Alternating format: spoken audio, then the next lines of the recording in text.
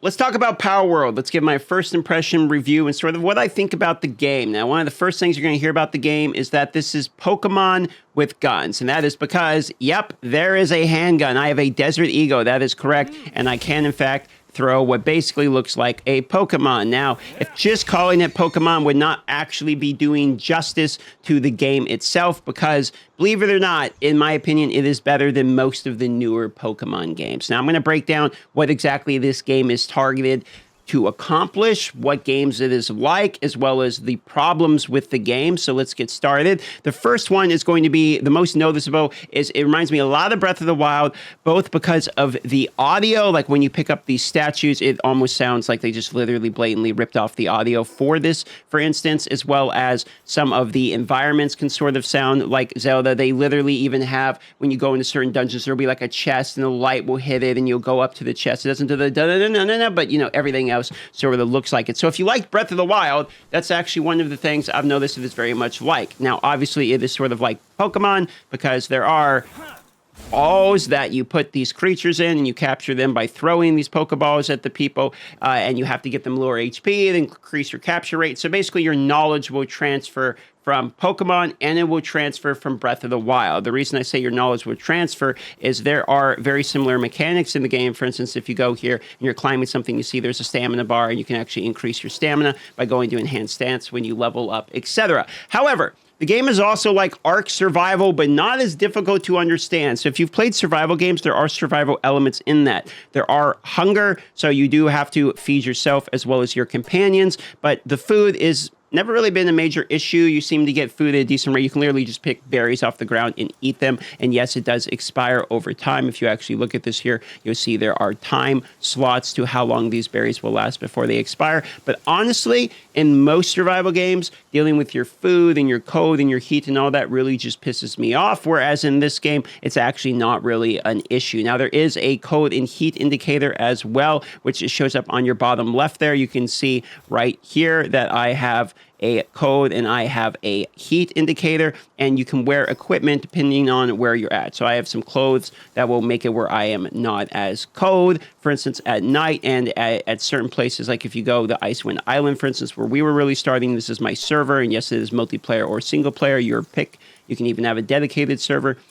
This is where it gets cold at night, so I had to have some sort of warmer equipment. Now, that is sort of the fundamental mechanics. Heat, food, and HP, these are the things that are effectively going to keep you alive. Now, I did say it was sort of like a survival game, and this is where it reminds me a bit of Ark. There's a technology tree. As you level, and you level by basically doing anything, everything from cutting wood to mining to collecting Pokemon, which really seems the big one, and you get a huge boost of experience for the first 10 Pokemon you catch of each type, and you can actually later in the game crunch those Pokemon up to make them, like, star them up and rank them up, almost like a gacha system, for instance. And you can see there's all kinds of things to unlock, everything from cosmetics to actual functional things, to chests to store stuff, to cooking pots to cook better types of food, to more efficient equipment. And even you'll notice there are items here for your Pokemon, or POWs as they're called in the game. Different items will allow your creatures to do different things all the way up until you get, for instance, like Sados even. And I'm not extremely far in the game, but I have enough where I can even fly.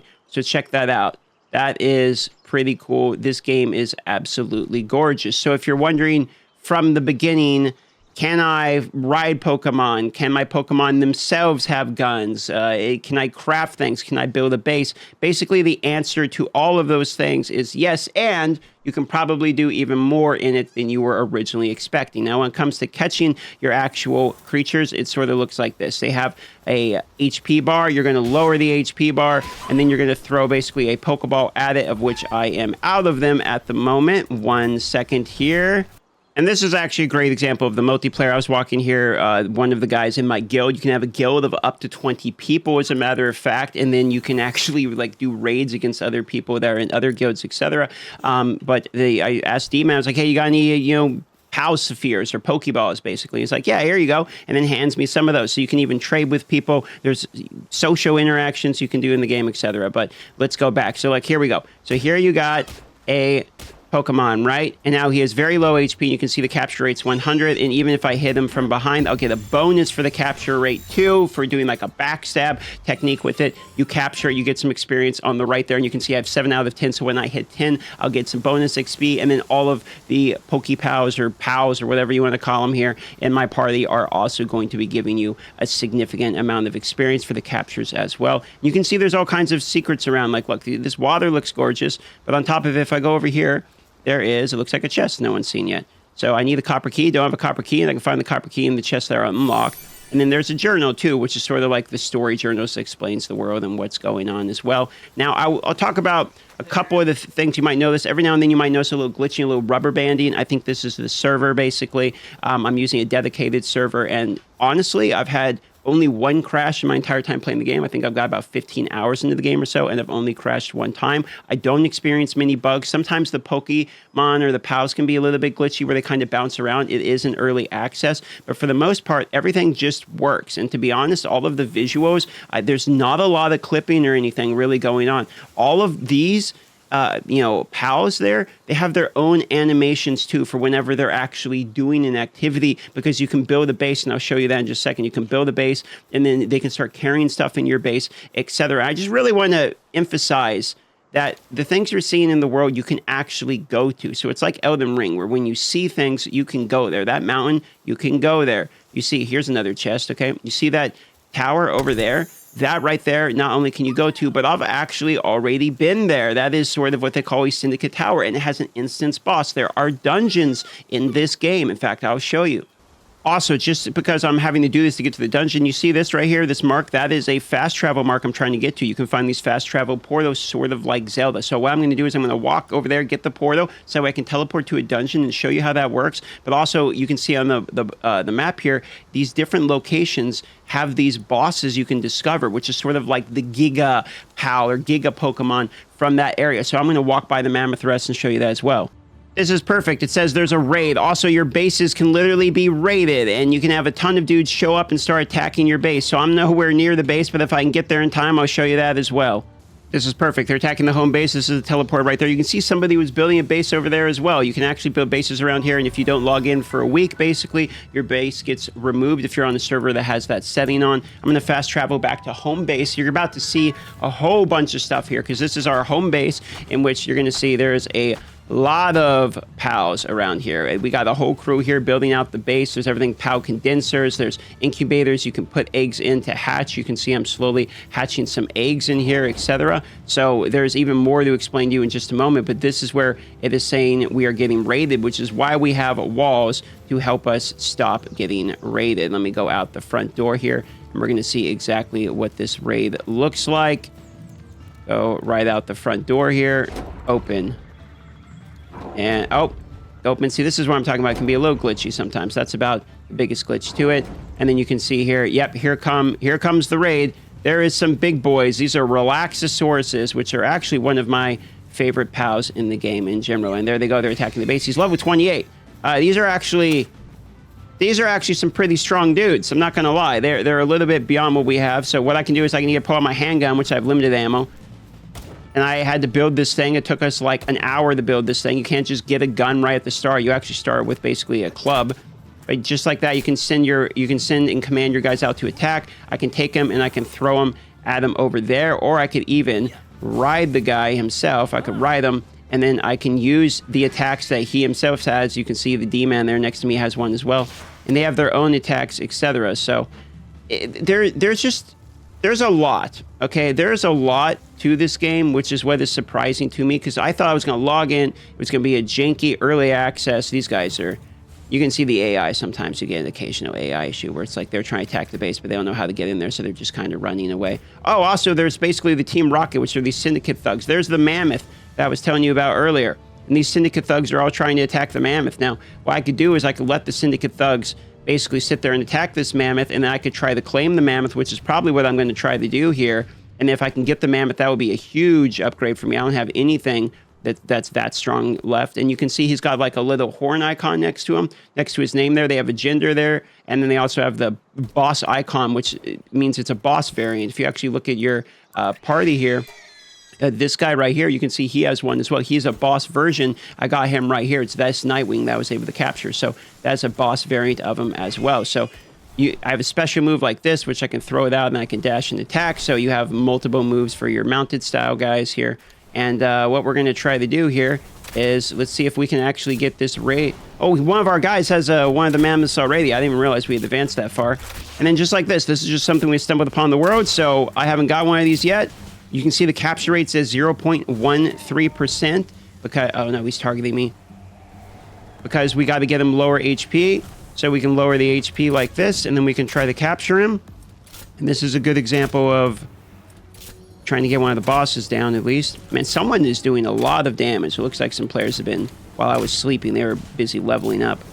So he's attacking him from up there. I mean, everything works like at a level that you kind of wouldn't expect, to be quite honest with you, which is pretty encouraging. What's the capture rate here? 0.3%, so that's still pretty low. Let me try a throw at it anyway. Let's give it a shot. So there you go. Capture rate. Got the bonus for hitting him from the back. 5%. Okay, still pretty low. Gonna go ahead and do some more damage. Gonna try to capture him. You can hit him with elements, so he's on fire now. I'm gonna try capturing him again here. 7% rate, maybe.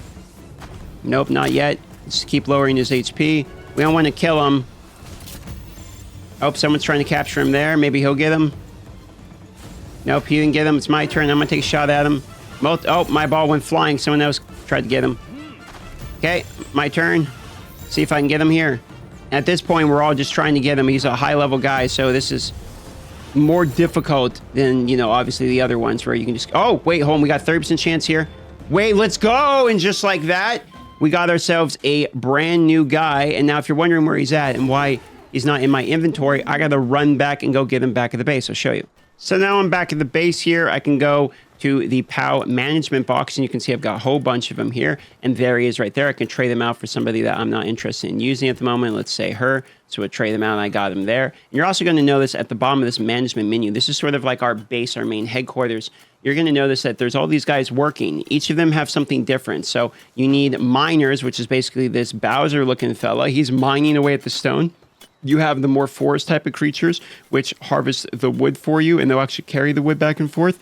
The dudes will actually carry the stuff that's being harvested and put it away in the boxes. You'll notice people are working there. You got people that create wool that are in the ranches you can build, and you have people that water the plants. And look at the names of some of these guys. Depresso. This is where we start getting into, he just drags stuff unenthusiastically. This is where we start getting into the part that you might see memed upon, or it being somewhat controversial. This game is a little controversial. You can use your Pokespheres here and not only use them on creatures, but you literally, those Syndicate thugs I showed you earlier, you can capture them and use them sort of as slave labor. There's also a butcher meat cleaver, and you can butcher up your Pokepals and actually eat them to dispose of them, as well as get a food source, etc. So the game is very in-depth. You can also enhance your player stats. You go out and you capture these effigies, which you find throughout the map, and you can use that to upgrade your capture power, make you better at capturing. You can also choose to upgrade with these PAL souls you find around the map.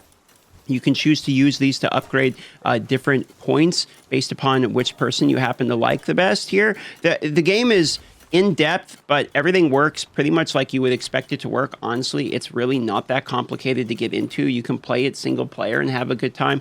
I think it's the best played with a couple friends, maybe not a huge server, but a couple friends is sort of a great experience. Overall, for an early access game that, you know, kind of seems like a mix of basically Breath of the Wild, Pokemon, as well as Ark Survival, they nailed it. You see a little bit of buggy stuff, like every now and then you see some rubber banding, or there will be some padding issues. That's about as far as the bugs go that I have experienced. I even want to show you a dungeon I was going to show you. One second.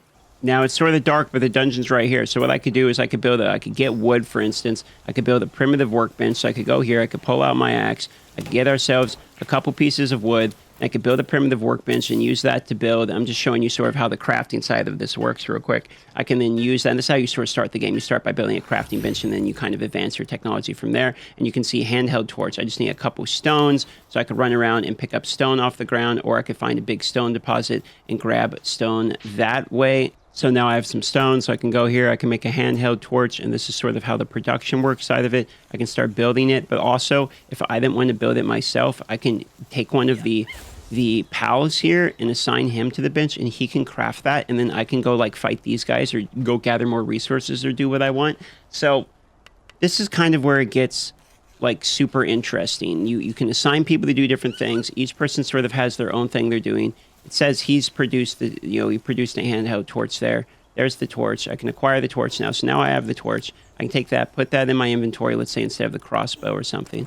And now I can see that. And then if you go over here, there is the dungeon, and it says level 13 dungeon. If I enter the dungeon, there will be a loading screen with an instance, and when we go into the dungeon, there's going to be different types of pals we can get. There's going to be different types of ores and resources in which we can mine and acquire. There will be a boss at the end of it, and there will be some chests to get, and the chests will have like schematics of more technology we can get. That's how I got the handgun, is I got it through that type of schematic.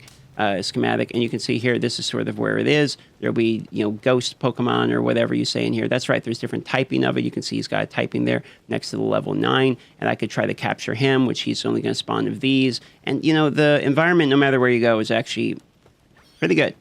I mean, I personally, I think it's quite good. And you can go through here. There might be some syndicates in here. There'll be a big area. There'll be a boss fight at the end, which more times than not is just sort of a souped up version of one of the pals. I'm sure they'll add probably some more bosses or something towards when the game gets more further developed. It's early access. I don't really like using the early access as an excuse for things, for bugs maybe, but in terms of how I feel about the game and its direction. And that is one other thing to mention, is that I have seen there seems to be some conversation around, the game's developers have dropped previous projects. There's some NFT talk about some of the previous projects. This game doesn't have any of that in it, just so you know, but there is some controversy around the previous things. I don't know too much about it. I didn't look into it. It's pretty much as simple as I heard about this game. Everyone seems to be asking me about it. I downloaded and started playing it, and I was like, wow, this game is super fun. Here's sort of the tree at the end. There's more places to discover, but I sort of boss rushed right to the end here. I'll throw out my strongest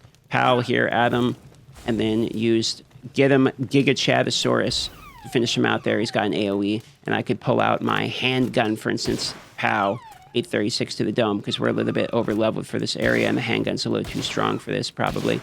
But just like that, there we go. And dungeon cleared. Yeah, you can see there's a couple glitches with the corpses sometimes.